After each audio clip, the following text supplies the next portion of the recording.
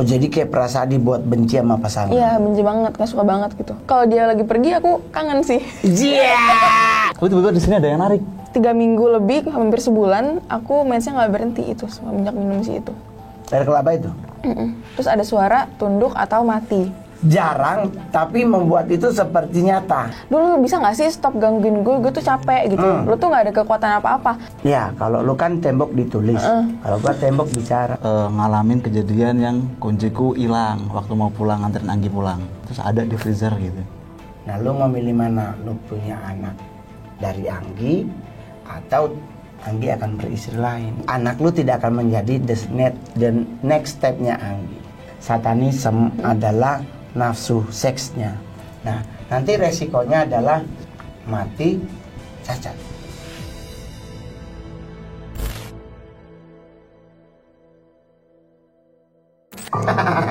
Halo teman-teman Kalapuna, ketemu lagi dengan Mongol. Apa kabar nih Kalapunaholik, Opera Squad? Pasti udah gak sabar kan nungguin YTT comeback again. Sabar ya, nanti Mongol akan promoin siapa aja yang hadir nanti jadi bagian dari Opera Squad lagi untuk YTT. Tungguin aja, gak usah dulu berantem. Tapi hari ini kita ngebahas tentang Kalapuna dulu karena kita kedatangan bintang tamu yang sempat trending di Opera Entertainment. Trending 1, trending pertama sih trending 5. Lama-lama naik ke 1, turun ke 2. Ada yang kan biasanya 1 langsung turun 6. Ini enggak, dia slowly but sure. 1, 2, 3 naik lagi 2. Jadi siapakah yang membuat trending topik tersebut? Bintang tamunya adalah Anggi dan suaminya Anggun Citra Sasmi. Bukan ya. Itu kalau Anggun Citra Sasmi mak Mongol, dia jago banget suaranya, gue suka banget. Apa kabar lu berdua? Baik. Alhamdulillah. Alhamdulillah. Sekarang udah jadi anak di JKT atau masih tetap hanya MLG? Tetap MLG dong. Oh, tetap MLG. Jadi buat teman-teman, JKT itu Jogara, MLG itu Malang. Jogara. Sorry, kita anak Jogara ya kan. Terus Anggi, lu berdua kapan datang ke Jogara? Ke Jogara Udah 3 hari. Oh, udah seminggu. 3 hari ya? 3 hari. Udah 3 hari, berarti kan hari ini hari keempat. Jadi ke Jakarta berarti sibuk dong. Lumayan sih. Mantap. Terus kabar tetap good kan di antara lu berdua? Kita berdua sekarang lumayan baik ya dibanding waktu itu. Iya. Apakah udah ketemu dengan orang yang untuk bisa menyembuhkan Angie? Waktu itu sempat mau ketemu, cuman yang aku ceritain sempat aku WA Mongol itu papaku sakit, mertuaku juga sakit. Di hari yang bersamaan. Di hari yang bersamaan. Oh jadi karena faktor accident, ada faktor kesakit ya orang tua, jadi untuk bertemu sosok tersebut belum sempat ketemu. Tapi untuk ketemu masih ingin. Masih sangat ingin. Oh berarti tinggal di reschedule day ya. Reschedule. Oh gila, artis bro, artis. Istilahnya reschedule. Ya kan, biar nggak disomasi gitu. Atau kalau nggak, jangan sampai diganti hostnya. Terus Anggi pernah bilang kalau setelah 3-4 hari syuting di Kalapuna tidak diganggu, tapi ternyata dibikin gak nyaman soal perasaan. Seperti apa sih yang Anggi rasain? Perasaan maksudnya kayak pengen berak tapi nggak keluar. Itu lebih ke harus minum obat ya. Oh iya. Itu gimana perasaannya yang diganggu itu? Kita emang 3-4 hari, maksudnya kosong ya, nggak ada apa-apa ya. Bilang nggak ada, tulisan nggak ada. Cuman perasaannya itu yang waktu itu kayak aku sama Anggun masih tekan-tekan mulu. Jadi aku masih nggak suka banget sama Anggun gitu. Oh jadi kayak perasaan dibuat benci sama pasangan? Iya, benci banget, nggak suka banget gitu. Oh itu apa mungkin dipelet atau gimana? Atau bagian dari si sosok itu membuat engkau melihat sosok suami lu ngelihat sosok yang lain? Nggak tahu ya, tapi kalau ngeliat Anggun tuh kayak nggak suka gitu loh Kak. Bener-bener Anggun ngedeket aja kayak nggak mau gitu. Terus kalau Anggun pergi lu gimana? Tapi kalau dia lagi pergi aku kangen sih. Iya matamu. Tapi kalau dari sisi Anggun, Anggun ngerasain gimana setelah ngelihat kondisi Anggi yang udah mulai stabil, lu sebagai seorang suami ngerasainnya gimana deh? Kalau dari aku sih alhamdulillah gitu ya, bisa lebih mendingan daripada dulu gitu. Hubungan kita tuh makin bagus lagi gitu sekarang. Kalau sekarang. Jadi makin sayang. Iya, makin dekat. Makin saling ngejaga gitu ya. Tapi di saat fenomena-fenomena yang terjadi terhadap istri lu menyikapinya kayak gimana? Apakah lu ikut juga panik atau tenang gitu? Kan kadang-kadang kalau ada orang yang lihat istrinya seperti, kan ada tuh serangan panik mendadak, apa namanya, panik disorder, opening member gitu, apa?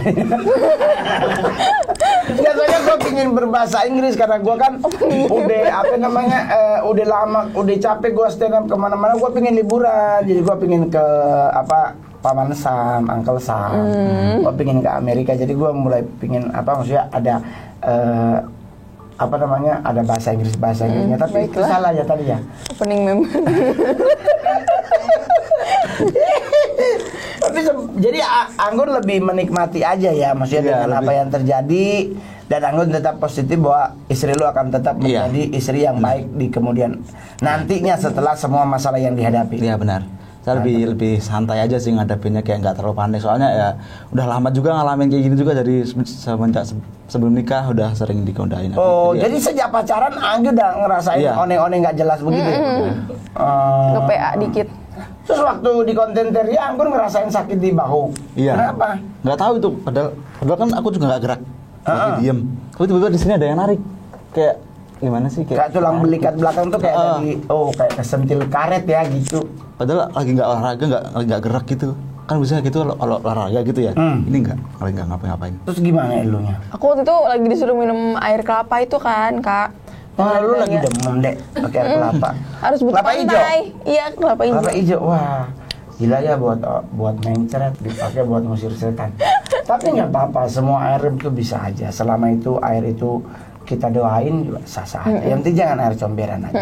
Itu Saya bikin kadang di tipes. atas ditaruh di, ya kan, beraknya dia ke got, habis hidup kita. Tapi kan setelah lu dikasih air kelapa itu jadinya sebulan lu gimana? Nah itu, jadi habis minum air kelapa itu kan lagi minum nih Kak, habis itu udah selesai syuting aku masih ngobrol-ngobrol ke toilet, tiba-tiba udah kayak menstruasi gitu, padahal itu masih 3 minggu lagi jadwalnya harusnya. Terus selama 3 minggu lebih, hampir sebulan, aku mensnya nggak berhenti itu semenjak minum si itu. Air kelapa itu? Alasan pemberian air kelapa adalah? Nggak tahu sih, aku suruh minum aja udah. Emang lu disantet ya? Setiap orang kan punya validasi masing-masing. Iya, punya metode validasi apa sih? Maksudnya punya cara masing-masing untuk melakukan apa namanya, penyembuhan atau ngebantu orang. Itu sah-sah aja, itu sangat diperbolehkan. Tapi terakhir kali kan mau lihat di status WA Anggi diganggu dengan lemari yang pada kebuka. Itu kenapa? Jadi posisinya aku udah seminggu tuh Kak. Mimpi aku sempat WA kamu gitu ya, mimpi dalam ruangan gelap, terus ada suara tunduk atau mati. Nah itu tuh lumayan 3-4 kali lah itu ya. Itu posisinya pas aku mau ketemu. Ini lu berdua baru abis bikin ade ya? Kagak, tapi emang kamar aku seberantakan itu. Kirain baru habis bikin adek kok. Kayak berantakan begitu, ya Allah. Udah seminggu kan mimpi kayak gitu terus. Nah itu posisinya waktu pas mau ketemu sama Ustadz ini. Oh, jadi setiap kali ketemu Ustadz ada manuver. Ya. Tapi karena kenapa siap ketemu Kalapun atau ketemu kamu orang nggak ada manuver apa-apa ya? Nggak ada. Nah tapi itu posisinya apa karena mau ketemu Ustadz atau karena Anggun habis puasa, jadi nggak tahu yang mana. Oh, jadi sekarang Anggun rajin puasa, Senin Kamis. Ada Senin Kamis, ada apa namanya, weton gitu. Jadi mungkin antara dua itu yang nggak tahu sih. Tapi lu sempat puasa weton nggak? Nggak. Cuman Anggun doang. Anggun. Oke. Puasa weton itu kan konon kabarnya atas usulan dari Om Hao kan? Kenapa lu nggak puasa di saat wetonan? Soalnya disuruhnya kamu ya? Yang suruh saya. Disuruh laki doang? Iya, soalnya menjaga Anggi. Oh, lu yang harus. Oke. Jadi Anggi nggak puasa weton? Nggak, cuma disuruhnya Anggun yang puasain Anggi gitu katanya. Jadi Anggun puasa di hari lahir lu? Iya. Anggun puasa nggak di hari lahir dia? Disuruhnya sih enggak ya? Enggak. Teror-teror yang awal-awal tuh agak sedikit menakutkan kan. Nah, menakutnya kenapa? Karena dia lebih intensif, dia lebih sering melakukan manuver. Kalau sekarang kan dia jarang, tapi membuat itu seperti nyata. Iya benar. Gerak lemari itu kan nyata di depan lu gitu kan. Dan itu nggak hanya sekali kan. Itu 3 kali dalam waktu yang bersamaan. Iya. Nah itu lu ngadepinnya masih tetap panik atau biasa aja? Awalnya sih agak panik juga sih, karena itu kan posisinya pas lemari gerak itu, aku lagi ngomong karena mimpi yang tadi, terus aku capek, terus aku ngomong, "Dulu bisa nggak sih stop gangguin gue tuh capek gitu. Lu tuh nggak ada kekuatan apa-apa." Pas aku selesai ngomong lu nggak ada kekuatan apa-apa, si lacinya itu gerak. Gitu, jadi kayak maksudnya dia mungkin mau nunjukin kali ya kayak eksistensinya. Iya, eksistensinya bahwa itu dia ada tidak di hanya sini. di mimpi lu. Iya, bahwa mungkin dia gitu. juga ada di depan lu gitu. Terus kan nih selama lu berdua tiap ada diundang konten gitu kan di beberapa konten kreator, gimana? Ada hal-hal yang mungkin berbau ancaman atau mungkin ada hal-hal yang membuat kalian berdua dibuat lebih nggak nyaman? Apa ya gitu ya? Yang kemarin sama Om Hao kan kamu merasain pusing. Oh iya sih, waktu sama Om Hao kemarin kan sampai syuting juga lagi sama Om Hao. Itu kita lagi syuting, dua-duanya gak bisa tektokan, Kak. Dia nanya apa, lu jawab Iya, apa? aku nanya apa juga mau jawabannya kayak bukan pertanyaan aku gitu. Terus akhirnya aku bilang, "Kak, sorry, aku boleh break dulu nggak? Ini apa, aku pusing banget. Om Hao juga ngerasa nggak enak gitu. Aku minum dulu deh." Akhirnya kita minum dulu, nungguin Air kelapa suasananya. lagi? Enggak, Oh. air mineral, kagak ada air kelapa di sana. Oke. Terus saya udah minum dulu, habis itu syuting lagi bentar ya. Soalnya udah pada nggak kuat, Om Hao juga langsung keluar ruangan. Ya pusing juga kan Om Hao pusing sama ngantuk gitu. Jadi akhirnya break sebentar syuting, menenangkan diri kembali, terus baru kalian berdua syuting lagi. Syuting lagi. Nah itu baru bisa ketemu lagi. Lumayan sedikit ya dibanding sebelumnya. Bang Monga kan orang yang menyebut dia adalah Lucifer. Dapat gangguan gak sih gara-gara itu? Kalau gue nya, cuman kan yang paling gue lucunya kan tidak semua orang sepakat dengan apa yang menurut Mongol kan. Ada yang bilang nggak mungkin, ada yang bilang ini, ada yang bilang itu, ada yang bilang tetap jin, ada yang bilang itu hanya halusinasi lu doang. Jadi dari semua itu kan Mongol waktu itu kan ngomong bahwa menurut ya kan, bukan gua mengklaim diri. Maksudnya gini, gua mengklaim diri juga berhak karena maksudnya gua kan melihat dari rekam jejak yang terjadi selama ini. Nah, gua tuh tahu banget sosok si orang ini tuh saking flamboyannya tuh terlalu lebay berlebihan. Jadi dia jalan bayangannya ditinggal. Jadi kita yang masih charming, handsome, beautiful. Jadi susah dijerain karena ganteng sama kecantikannya tuh ngeklop bareng. Jadi dia tuh sosok yang membuat kita tuh buat perempuan maupun laki-laki tuh tersepona. Tersepona. Sorry, anak selatan. Oke. Ya kan? Bahasa Indonesia terpesona, tapi kita anak belakang tuh tersepona. He's so very cute. Kayak pingin nggak mau lepas kalau udah lihat nama. Gua tahu sosok itu adalah hanya si L, hanya Lucifer. Nah, apakah gua merasa keganggu atau diganggu oleh sosok itu setelah penyebutan itu sih? Nggak ada sama sekali di gue. Cuman yang ada justru gua makin ada beberapa hal yang gua sampai story di IG gitu kan. Itu karena itu tadi tembok bicara. Tembok bicara. Ya, kalau lu kan tembok ditulis. Kalau gua tembok bicara. Caranya gimana tuh? Dia ngomong akan ada apa gitu. Nah, itu karena gua nggak apa ya, nggak terlalu itu ya, gua hanya bikin dalam bentuk story. Ya kan, gua kemarin story 1 suro. Bergolaklah. Baru di bawahnya waspada. Oke. Tuh, jadi menjelang 1 suro kan 18-19. Ya kita berharap nih, gua pribadi berharap selama prosesi suro ini sebagai juga orang yang punya darah Jawa, gua berharap di 1 suro besok semuanya aman, terkendali. Karena ada pembukaan tahun, semoga di tahun ke depan berjalan kita makin solid bangsa kita, makin keren penduduknya, makin dihindari dari mara bahaya. Itu kan harapan kita.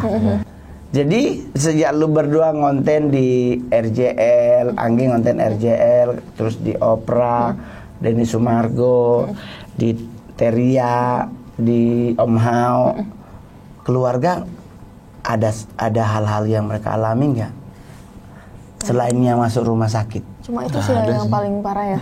Rumah sakit itu. Malah ya paling kitanya aja sih yang kayak selalu gitu, berdua gitu. Motor-motornya di berdua. Emosi kurang stabil. Sangat tidak stabil. Sangat tidak stabil. Oke.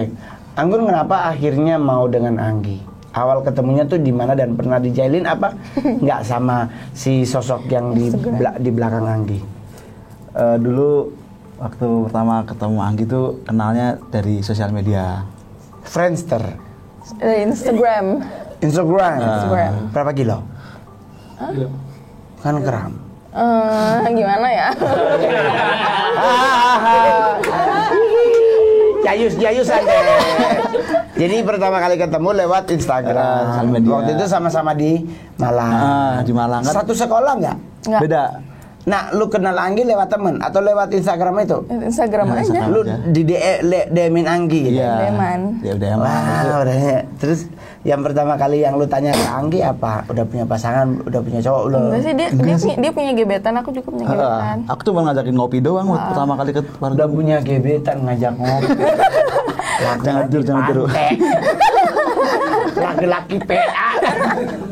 Jahil, perempuannya juga sarap. Udah tau punya gebetan juga mau aja ajak ngopi. Enggak, Tapi masalahnya kan Malang keren ya. Kecil. Enggak, waktu punya gebetan tuh kita aku nggak bales, soalnya aku masih punya cowok nih. Terus pas udah putus, ayo deh lumayan gitu. ngopi-ngopi bareng. Di Batu Malang ngopinya.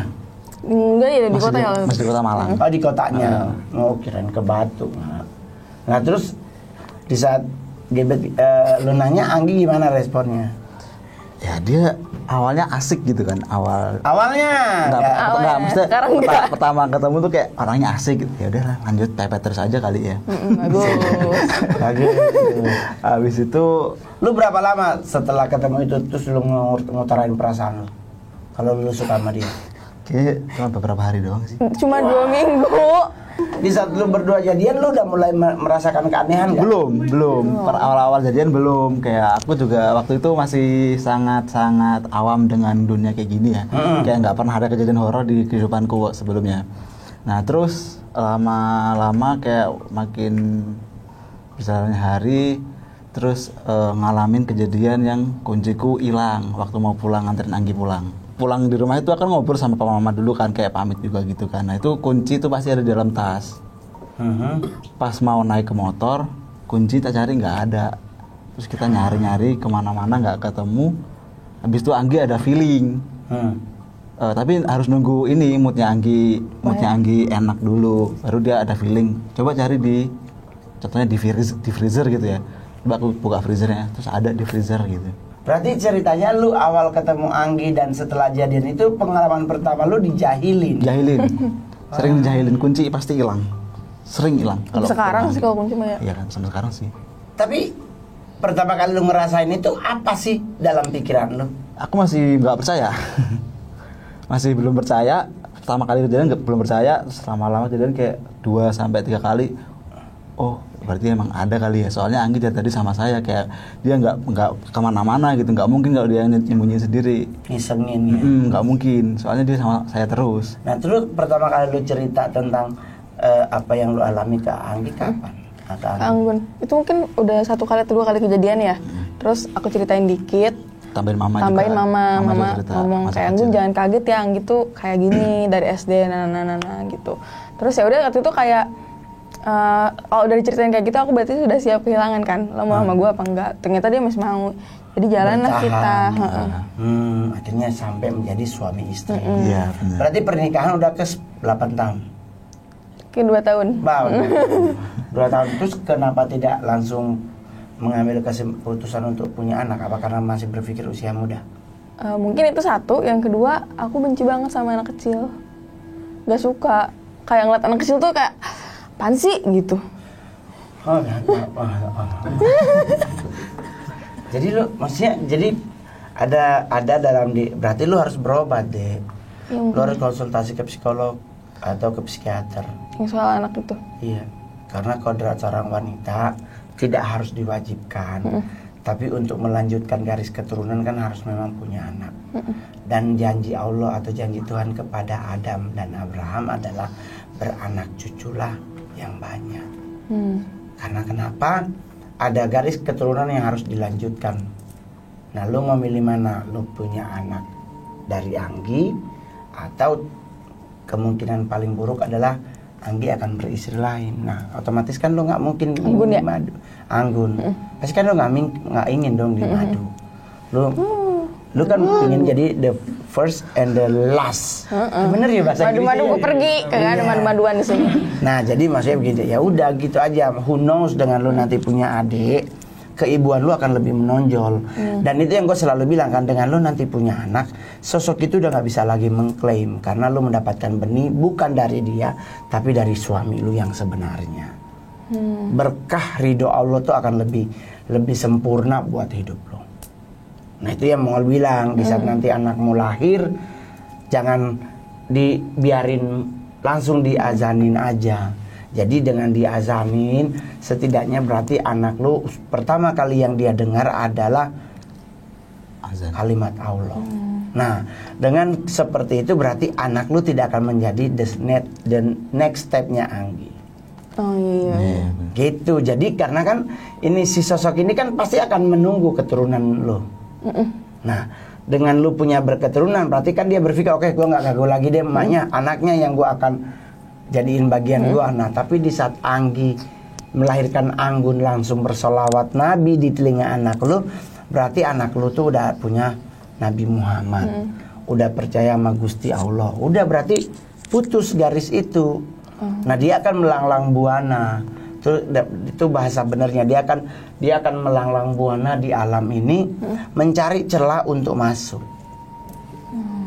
Nah itu yang harus dijaga dari setiap orang-orang yang pernah terlibat satanisme adalah nafsu seksnya. Itu harus dijaga. Oleh sebab itu gua menyatakan tidak melakukan hubungan seks. Sejak istri gua bercerai, gua tidak pernah menjamah siapapun. Jadi buat Anggun, ya lakukanlah tugasmu sebagai seorang suami, karena hakikat suami itu adalah kepala. Jadi you are the leadership man in your family, in your house. Tapi ada kemungkinan nggak sih Kak kalau anak aku tuh bakalan sama kayak aku gini? Bisa. Teman gua sama juga dengan lu, tapi dia bakal udah ditabisin, udah diangkat menjadi salah satu permaisuri. Anaknya lu tau nggak apa yang terjadi? Apa? Anaknya dijual. Dijual gimana? Dijual sama emaknya ke orang lain. Karena emaknya tuh berpikir bahwa biar anaknya nggak akan menjadi bagian mereka gitu loh. Jadi dengan cara dikasih ke orang. Dijual loh. Nah maksud gua itu nggak akan pernah terjadi di diri lu jika suami lu berdiri teguh. Di saat anak lu lahir langsung azanin. Jangan dibiarin gitu, digendong-gendong sama lu terus gitu sejam. Jangan, pas dia keluar brojol, ya kan. Dan di saat dulu kan pasti otomatis kan di ruangan bersalin tuh kan apa namanya ya bahasanya, harus steril kan suami istri. Nah lu langsung suruh Anggun sebagai suami tuh langsung bisikin aja 2 kalimat syahadat, atau lu mau salawat Nabi, atau lu mau bacain Al-Fatihah. Jadi masih gini, di saat bayi itu sedang mengambil nafas untuk hidupnya melalui oksigen yang ada, ya kan selama ini kan dia lewat plasenta. Nah sekarang kan otomatis lewat ASI. Nah di saat ditetein itu lalu bacain aja deh.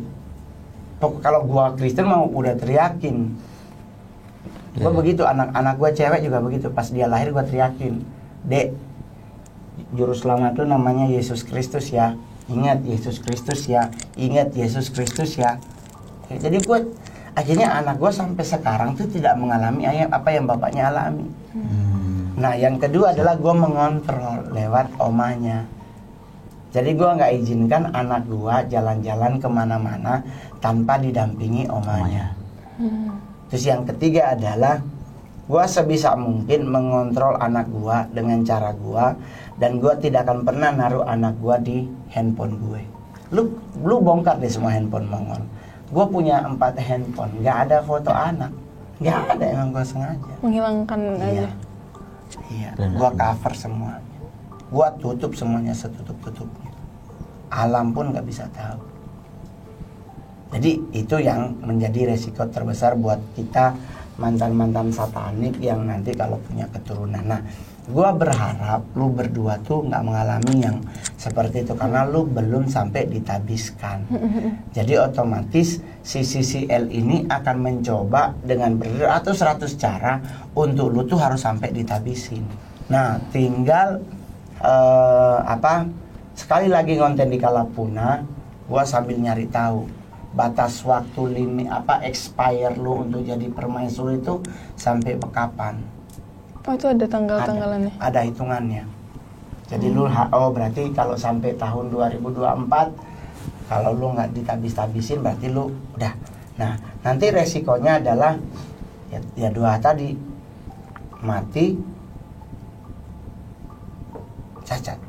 Dan gue jujur, teman gue yang udah ditabiskan jadi anak permaisuri Lucifer saat ini hidupnya, kalau boleh jujur, kalau kita ada waktu, gue pengen ngajak dia, gue pengen sembuhin lagi. Sekarang orangnya sudah mencapai level gila, itu bahayanya.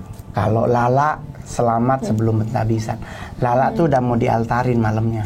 Iya. Jadi jam 11 malam masuk ke jam 12, Lala itu akan dijadikan salah satu permaisurinya dia. Dia jam 7 malam, jam 7 ke jam 8 kita tarik, kita bawa lari kayak anak kecil. Nah, jadi kalau lu sekarang kan udah ada di bawah handle Mongol. Iya. Otomatis gue juga akan tahu apa yang terjadi. Apa yang akan lu alami, gue masih bisa ngontrol. Nah, itulah gue titip gelang ini. Jadi lu berdua gue titip gelang. Nah, Anggun onyxnya kalah dengan safirnya. Iya, yang itu. Berarti yang hitam itu udah nggak usah lagi ngejaga lu. Yang ngejagain lu, yang marking lu adalah gelang safir itu. Jadi itulah, apakah gelang ini gua doain gitu kan? Ada yang nanya, bang itu gelang Anggi sama Anggun dibaca-bacainnya. Soalnya gua udah lulus nggak pernah baca, lu kan dikasih skrip aja nggak gua bacain. Ya kan, buat apa gua udah lulus lama, emang sekolah juga dulu gua ngadol. Jadi kalau Anggi mati atau tidaknya itu, ingat ya dek, yang menciptakan itu Allah, yang menciptakan itu Tuhan. Iblis, setan, apapun itu hanya bisa menggoda. Tetapi untuk membunuh, itu haknya Tuhan. Tuhan itu akan melakukan segala cara untuk melindungimu.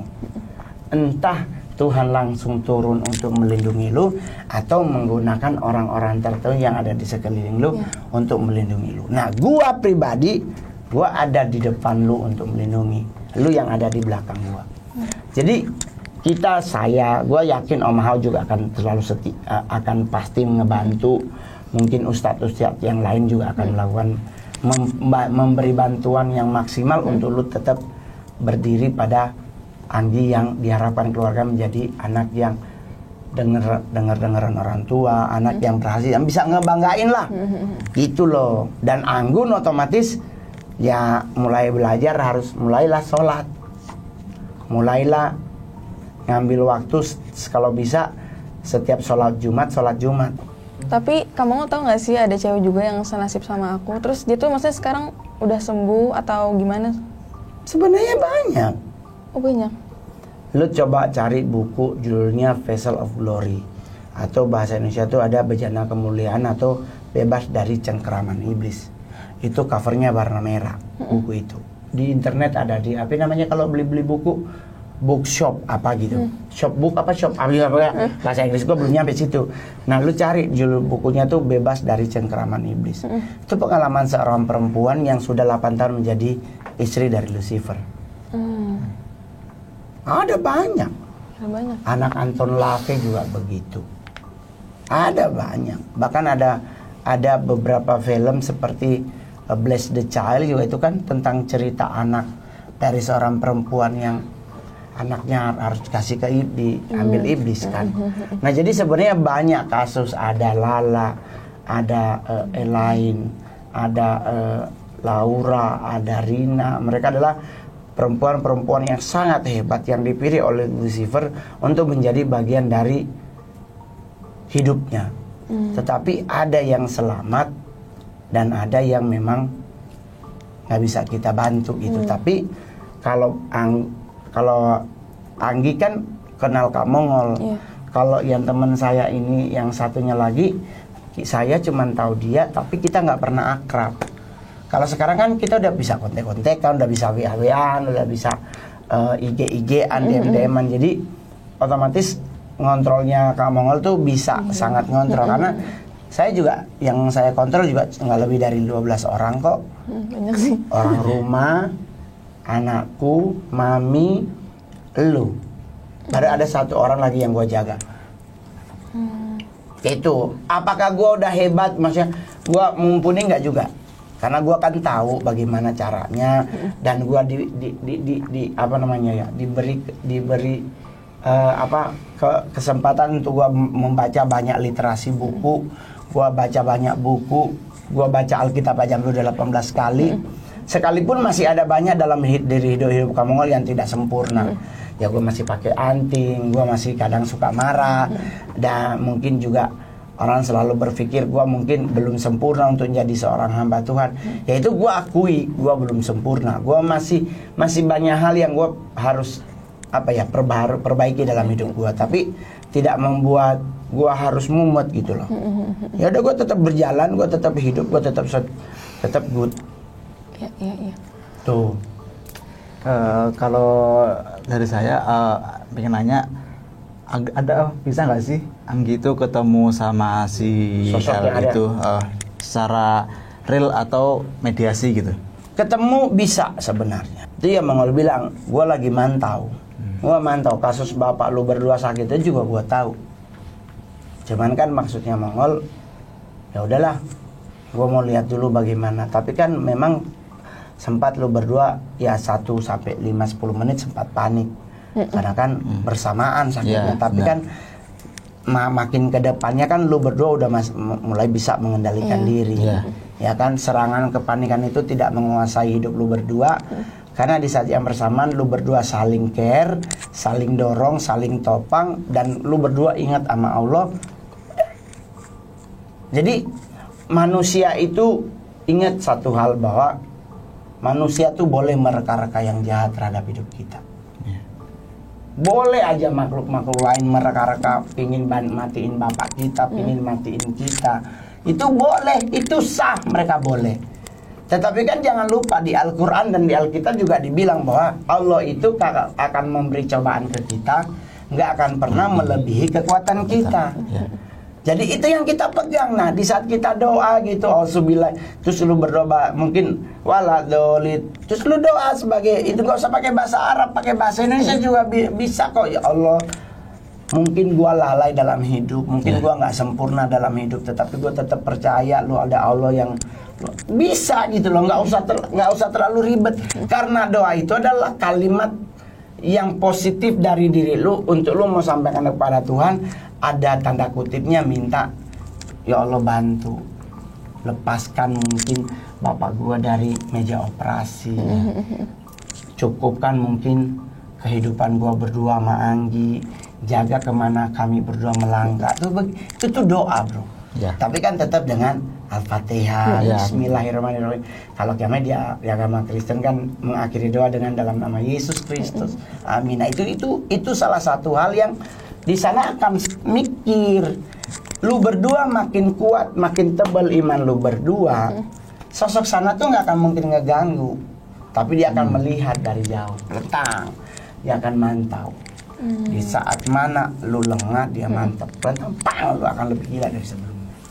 Nah sekarang masih diteror nggak? Ditembok udah nggak ya? Oh sekarang kan udah lemari goyang kan? Dulu kemarin tulisan, sekarang udah goyang. Besok dia ngasih jajan. Telepon Kak Mongol ya kalau dia ngasih jajan, biar gue juga minta. Kesian lu, pegadaian gue masih 3 kertas belum ditebus. Jadi buat teman-teman semuanya, yang namanya fase hidup itu selalu harus kita lewati. Perjuangan hidup harus selalu kita jalani. Tetapi buat Anggun dan Anggi adalah tetap maju. Kalaupun lu mundur, selangkah aja untuk kuda-kuda. Setelah itu lu maju lagi. Dan gue percaya as soon as possible lu akan hamil. Tapi di saat itu hati lu harus benerin. Oke, gue pengen punya anak, gue gak akan benci punya anak, gue akan menjadi Anggi yang sayang sama anak, gue akan menjadi istri yang baik buat Anggun. Dan di saat itu terjadi, hidup lu akan bebas. Anggun juga begitu, jaga baik-baik istri lu, Ya kan kalau mau berantem itu logik suami istri karena lu berdua beda hati tapi disatukan, ya kan? Nggak pakai lem dakpol, nggak pakai selotip tapi dilem oleh cinta dan restu orang tua. So, rumah tangga lu berdua pasti akan melewati riak, tapi tetaplah saling berpegangan tangan. Asik.